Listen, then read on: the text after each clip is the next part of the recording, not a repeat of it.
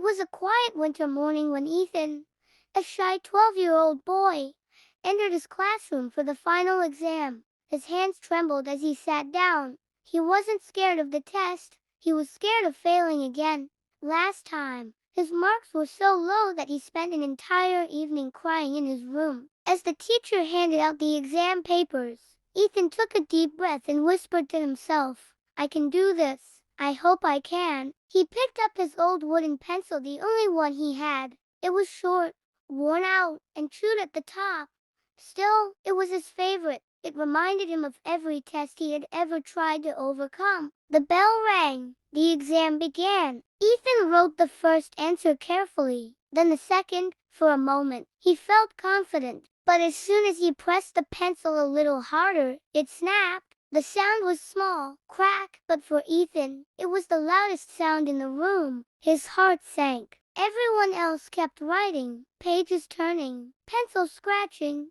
But Ethan just stared at the broken pieces, tears filling his eyes. In his mind, it wasn't the pencil that broke, it was his last hope. He clenched his fists and whispered, "Why does this always happen to me?" Just then, his teacher, Mrs. Collins, noticed him. She slowly walked to his desk and knelt beside him. "What happened, Ethan?" she asked softly. "My pencil broke, and I don't have another one," he replied, voice shaking. Mrs. Collins gently picked up the two halves, aligned the pieces, and began writing on Ethan's paper with the broken pencil. Ethan looked at her, confused. She smiled and said 5 words he never forgot. "A broken pencil still writes." Ethan blinked. Mrs. Collins continued, "You don't need to be perfect to keep going. Sometimes, even broken things do their best work." The words hit him harder than any lesson he'd ever learned. She placed the pencil pieces back in his hand and whispered,